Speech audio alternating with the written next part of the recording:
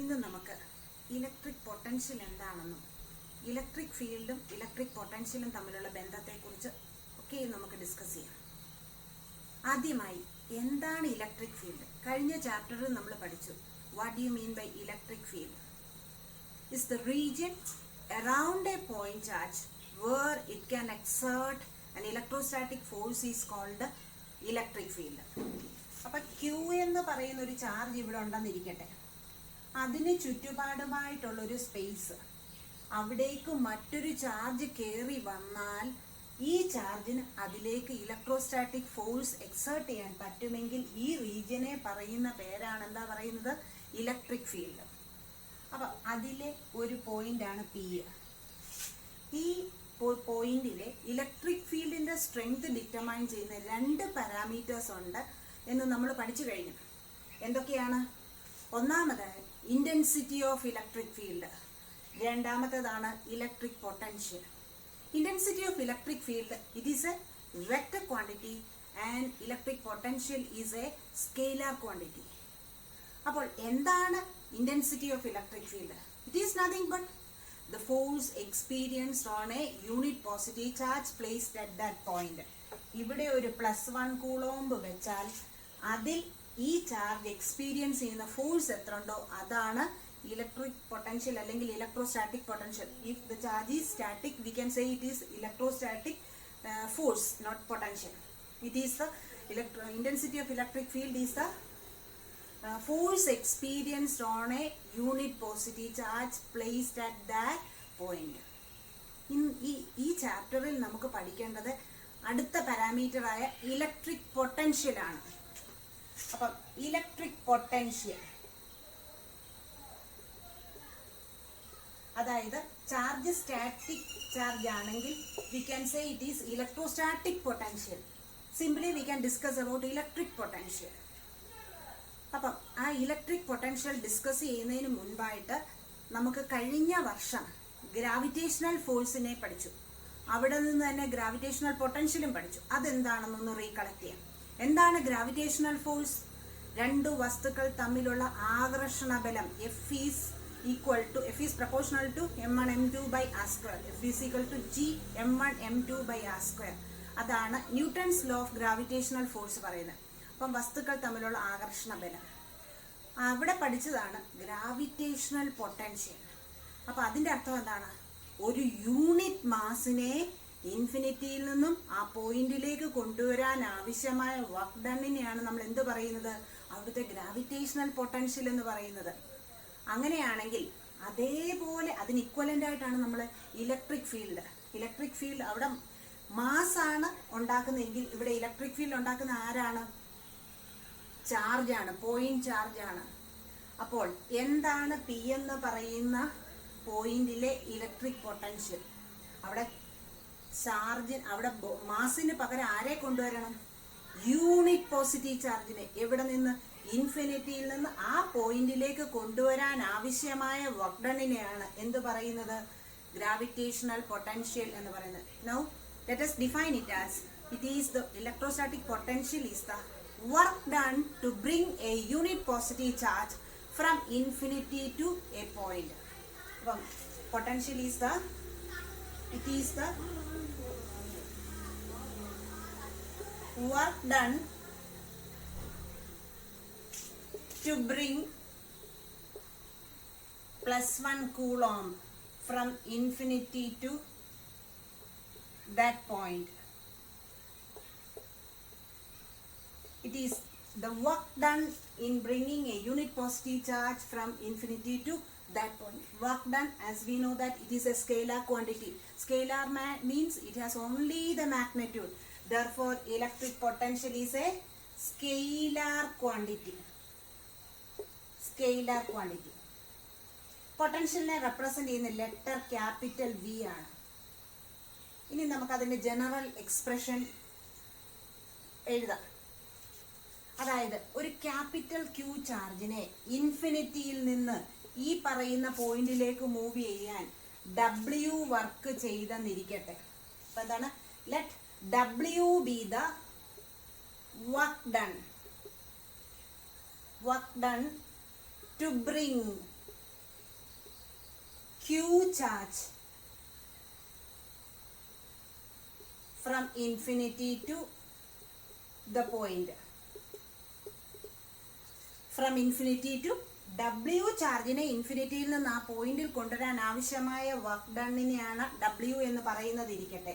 അങ്ങനെയാണെങ്കിൽ what is the work done in bringing 1 coulomb charge? Therefore, work done to bring plus 1 coulomb from infinity to the point is equal to work done to bring W ചാർജിനെ കൊണ്ടുവരാൻ ആവശ്യമായിട്ട് Q ചാർജിനെ കൊണ്ടുവരാൻ W work ചെയ്താൽ ഒരു കൂളോമ്പിനെ ചെയ്യാൻ എത്ര വരും? W/Q. Work done to bring 1 coulomb എന്ന് പറയുന്നതാണ് electric potential. Electric potential represent ചെയ്യുന്ന letter capital V. Electric potential V. Therefore, we can write the expression as V equals W/Q. V equals W/Q. ഇവിടെ capital Q ആയി എടുത്തത് കൊണ്ട് W/Q എന്ന് പറയാം.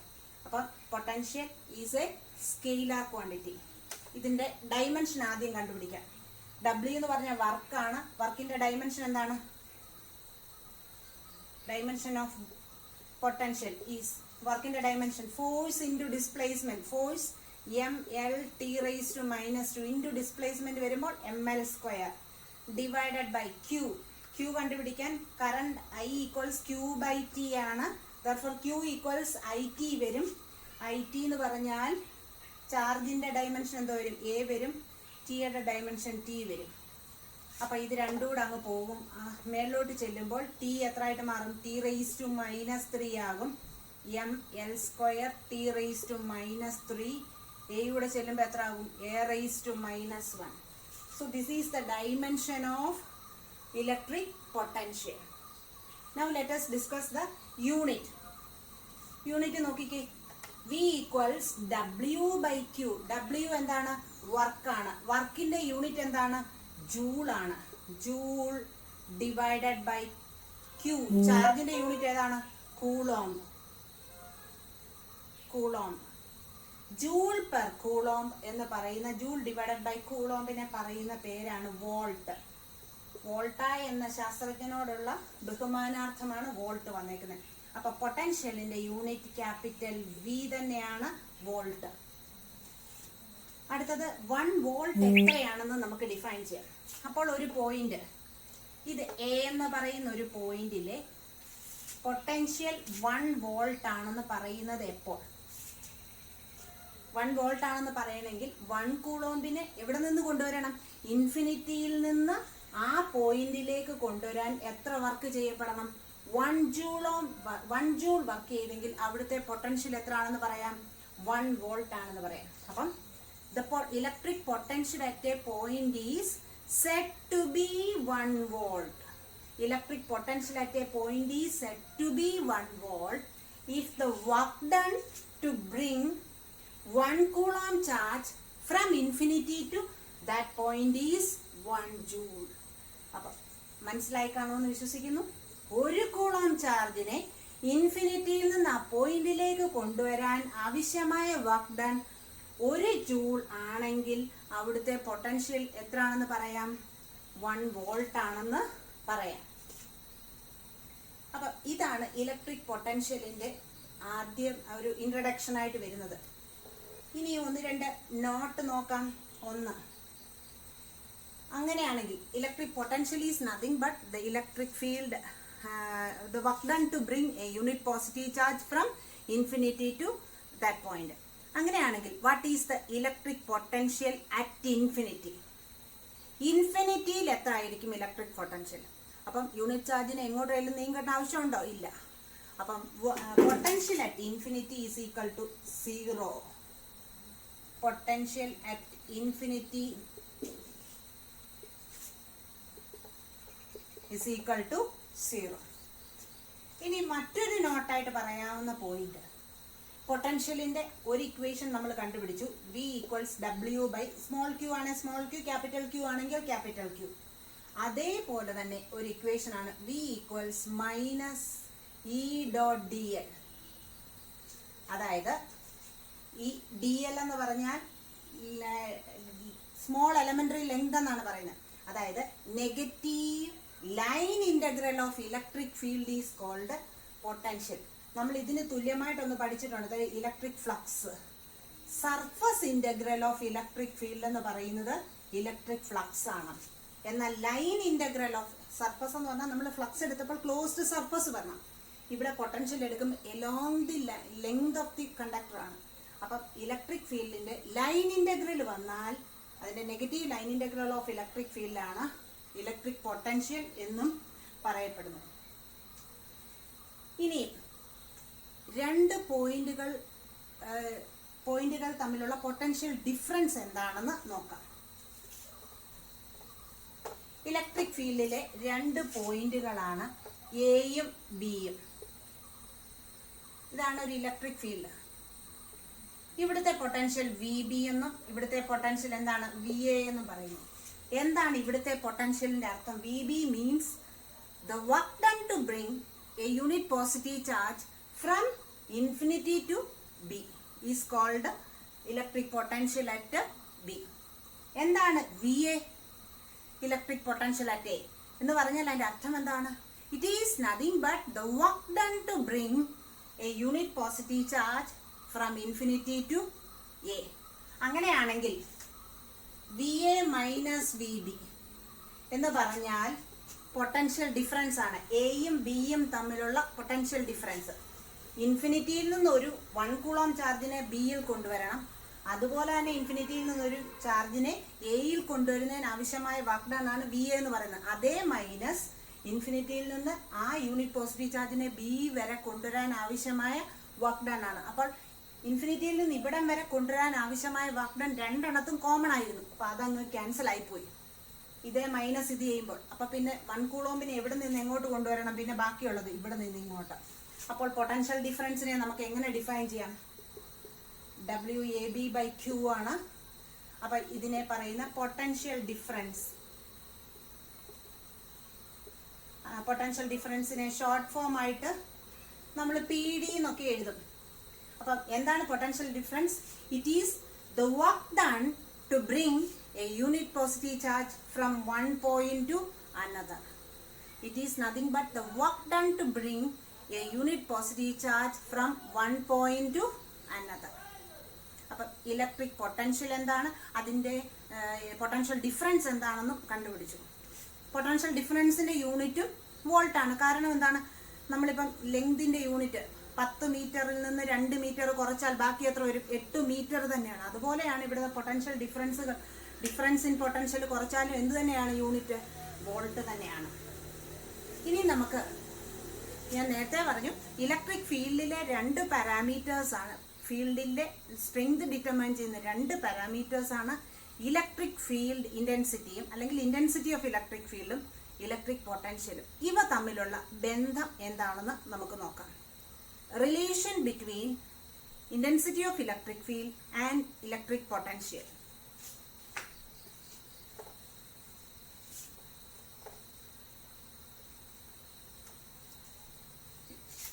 Electric field, relation between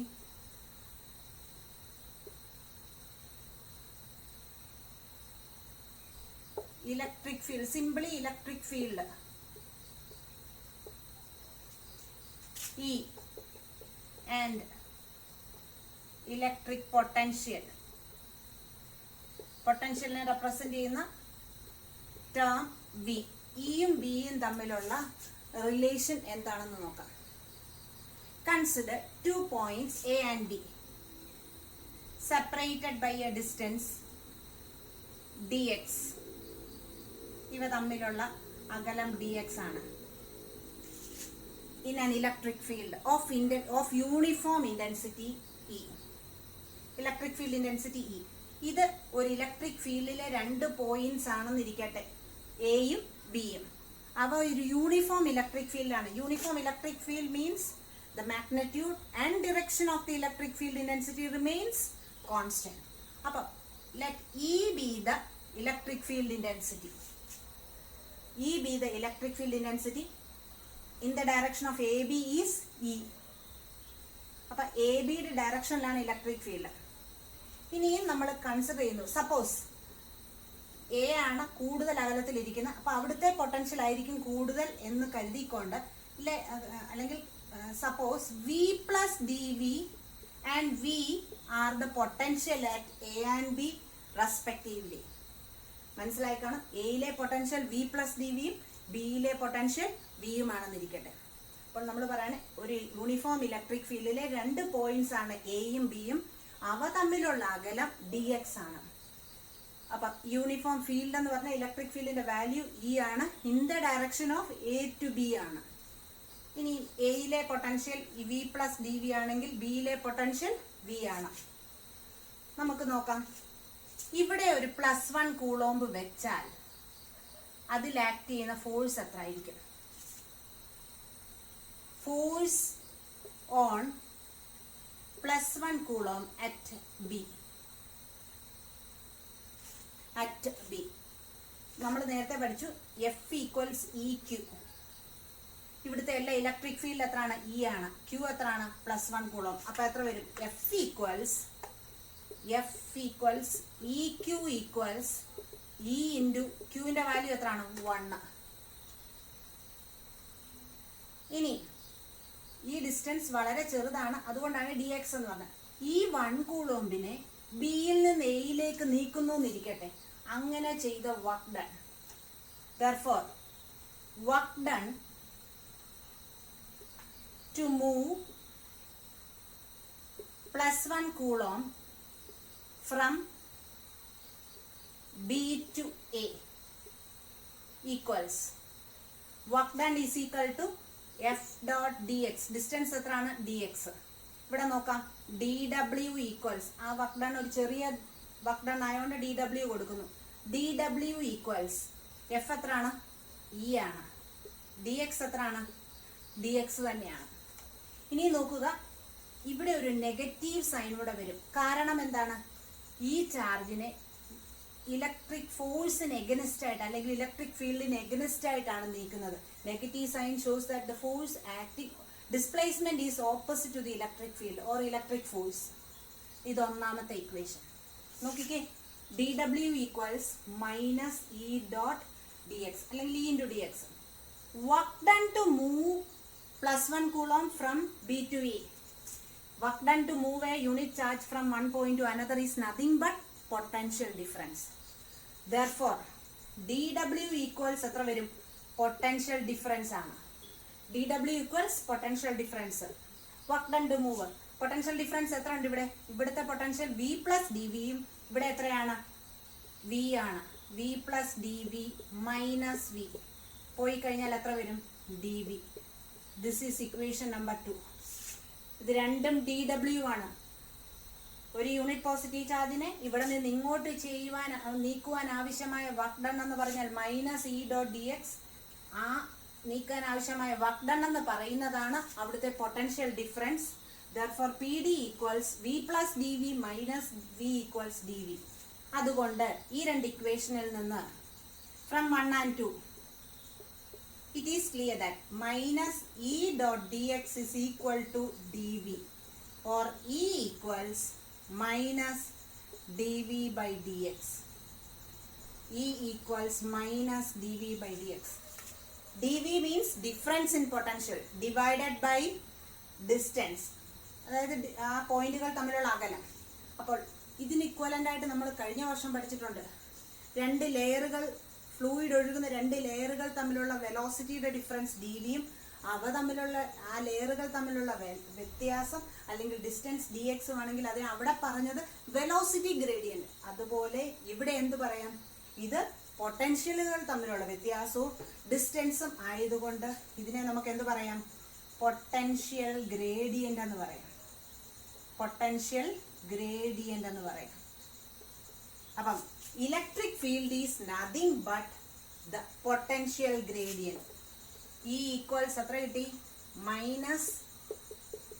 -dv by dx is equal to potential gradient.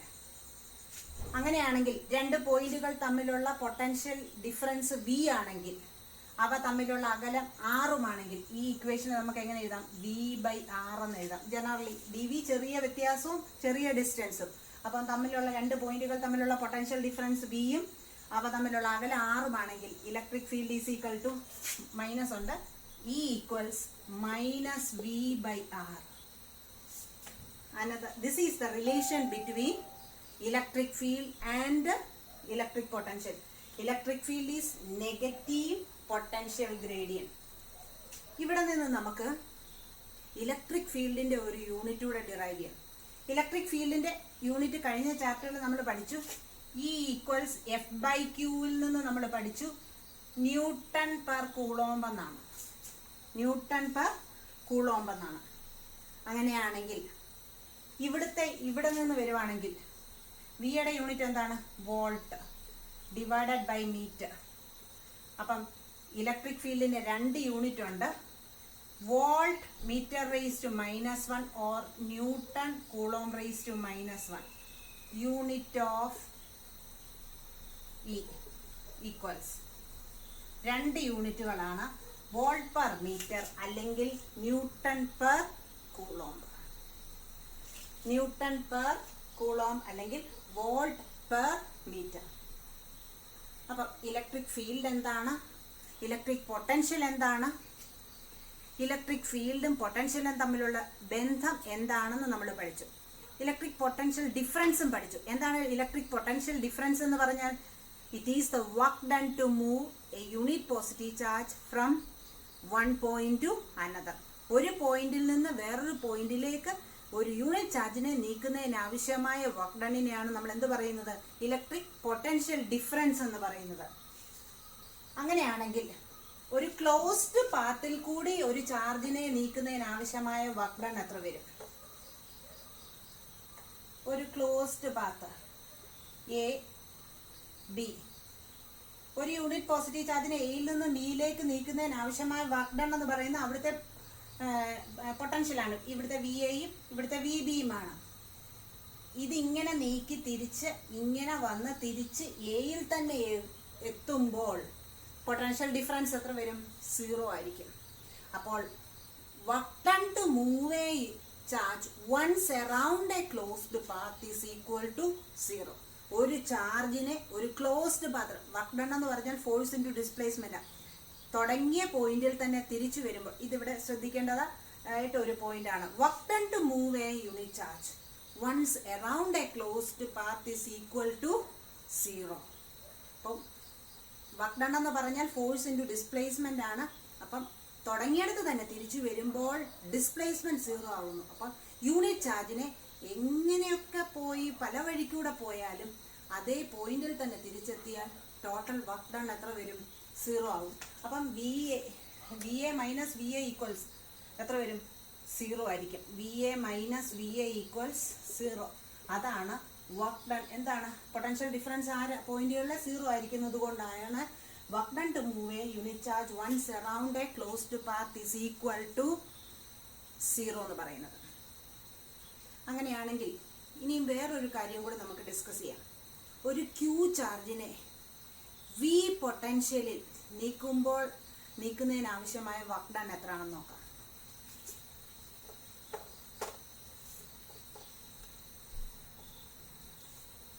പൊട്ടൻഷ്യലിന്റെ general equation നമ്മൾ പഠിച്ചു.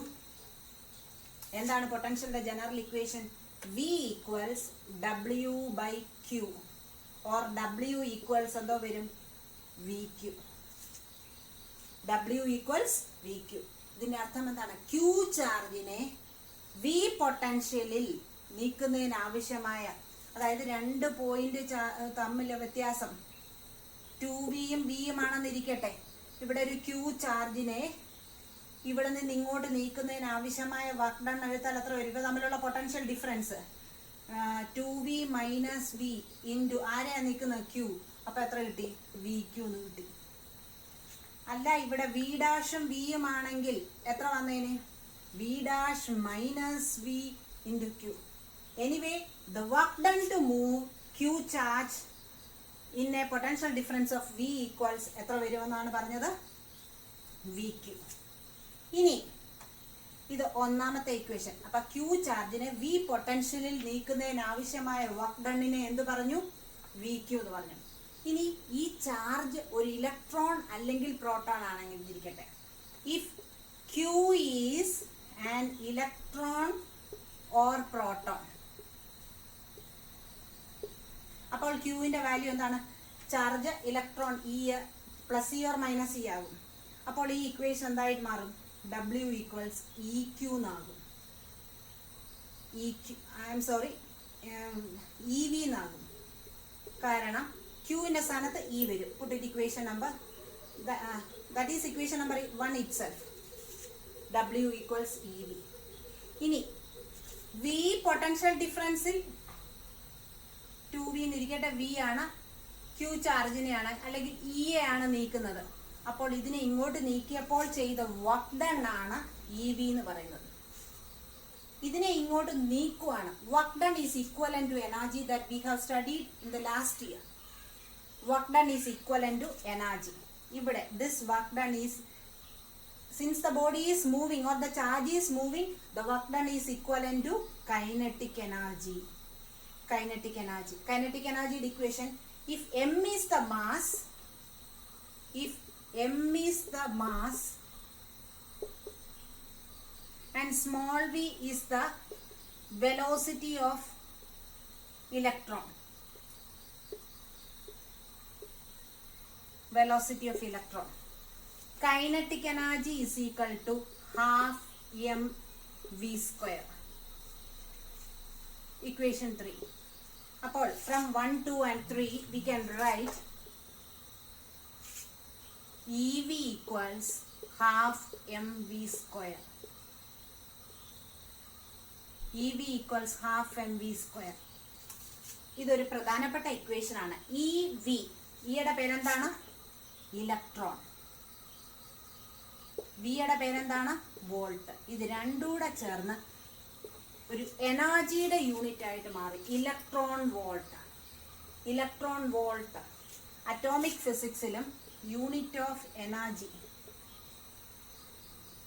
In atomic ഫിസിക്സിലും nuclear ഫിസിക്സിലും എനർജിയുടെ യൂണിറ്റ് ആയിട്ട് ഉപയോഗിക്കുന്നതാണ് ഇലക്ട്രോൺ വോൾട്ട്. അപ്പം 1 ഇലക്ട്രോൺ വോൾട്ടിനെ എങ്ങനെ ഡിഫൈൻ ചെയ്യാം? ആർക്ക് കിട്ടിയ കൈനറ്റിക് എനർജിയാണ്?